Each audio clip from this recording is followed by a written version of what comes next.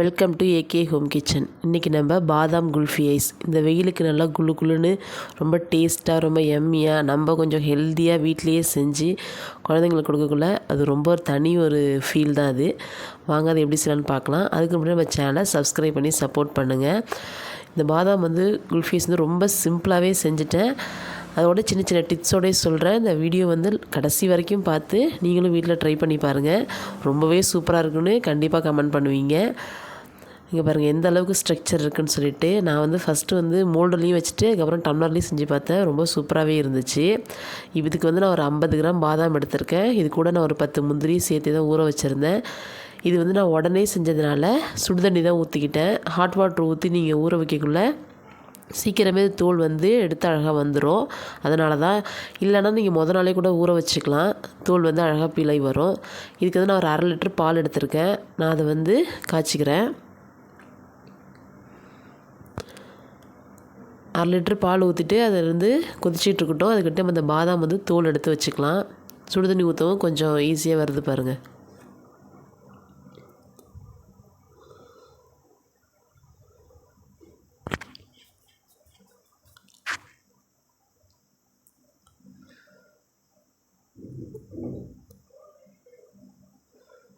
இப்போ மிக்ஸி ஜாரில் இந்த ஊற வச்ச முந்திரி அப்புறம் பாதாம் இது ரெண்டுத்தையும் சேர்த்துட்டு இது கூட நான் ஒரு ஏலக்காய் இப்போயே சேர்த்துக்கிறேன். ஏலக்காய் சேர்த்துட்டு இதையும் அரைச்சிட்டு எடுத்துக்கலாம். இப்போ பால் இது போல் ஏடு பிரிகிற அளவுக்கு பாலை நம்ம நல்லா சுண்டை காய்ச்சிக்கணும். இது கூட நம்ம அரைச்சி வச்சுருக்க முந்திரி பாதாம் அப்புறம் ஏலக்காய் இதையும் இதில் சேர்த்துட்டு நல்லா கிண்டி விடுங்க. இந்த பால் நல்லா சுண்டை காய்ச்சினா தான் இந்த குல்ஃபி டேஸ்ட் சூப்பராக இருக்கும்.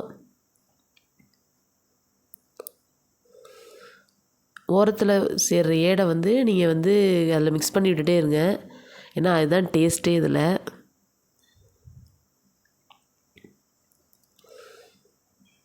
இந்தளவுக்கு வந்ததுக்கப்புறம் இதில் சுகர் சேர்த்துக்கிறேன்.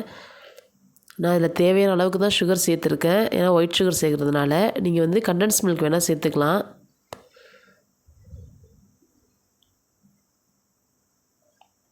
ஸ்வீட் பார்த்துட்டே நீங்கள் சேர்த்துக்கோங்க உங்களுக்கு எந்த அளவுக்கு வேணும்னு சொல்லிவிட்டு. இது கூட நான் இப்போ பால் பவுட்ரு நீங்கள் 2 டேபிள் ஸ்பூன் கணக்கு 1/2 லிட்டர் பாலுக்கு அந்தமாரி கணக்கு வச்சுக்கோங்க. இப்போ இதையும் நல்லா மிக்ஸ் பண்ணி விட்டுக்கலாம்.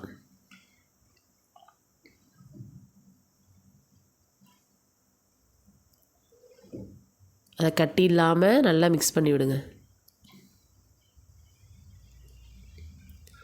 கடையில் வாங்க விருப்பம் இல்லாதவங்க இதுமாரி வீட்லேயே குழந்தைங்களுக்கு அழகாக செஞ்சு கொடுத்துடலாம். இது கூட நான் குங்குமப்பூ சேர்க்குறேன். உங்களுக்கு இருந்தால் சேர்த்துக்கோங்க, இல்லைனாலும் பரவாயில்ல.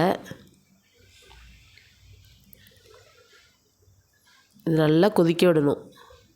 இந்த ஸ்டேஜில் ஒரு 15 மினிட்ஸ் ஸ்லோ ஃப்ளேம்லேயே வச்சு கொதிக்க விட்டிங்கன்னா அதில் அந்த குங்குமப்பூ ஃப்ளேவர்லாம் நல்லா இறங்கி குல்ஃபி நல்லா டேஸ்ட்டாகவே இருக்கும். அதுக்கப்புறம் இதை ஆற வச்சுக்கோங்க. ஒரு 15 மினிட்ஸ் ஆற விட்டுட்டு அதுக்கப்புறம் நம்ம அந்த மோல்டில் ஊற்றி வச்சுக்கலாம்.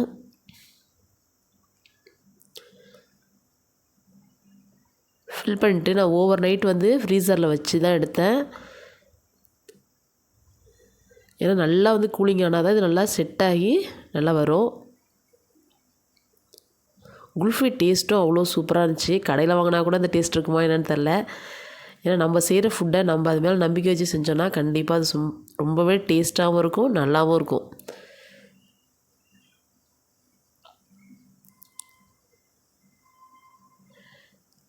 இப்போ இதை நீங்கள் ஹாட் வாட்டரில் லைட்டாக வெதுவெதுப்பான தண்ணி அதில் ஊற்றிட்டு மேலே ஊற்றிட்டு நீங்கள் எடுக்கக்குள்ள கொஞ்சம் அழகாகவே வரும் உங்களுக்கு. இந்த பார்த்திங்களா எந்த அளவுக்கு குல்ஃபி எவ்வளோ சூப்பராக வந்திருக்குன்னு சொல்லிட்டு. நம்ம ஃபுட்டு மேலே நம்ம வைக்கிற நம்பிக்கை கண்டிப்பாக நல்லாவே வரும். குக் பண்ண நிறைய பேர் குக்கிங் அவாய்ட் பண்ணுறீங்க. கடையில் வாங்கி சாப்பிட்றோம். அது ரொம்ப ஹெல்திலாம் கிடையாது. அதனால் நம்ம ஃபுட் மேலே நம்ம நம்பிக்கை வச்சு செஞ்சோன்னா கண்டிப்பாகவே ஃபுட்டு சூப்பராக இருக்கும். என்னோடய குல்ஃபி எனக்கு சூப்பராகவே சப்போர்ட் பண்ணி எவ்வளோ சூப்பராக வந்திருக்குன்னு பாருங்கள். டேஸ்ட்டும் அவ்வளோ அருமையாக இருந்துச்சு. நீங்கள் கண்டிப்பாக ட்ரை பண்ணி பார்த்துட்டு சொல்லுவீங்க பாருங்கள். தேங்க்யூ.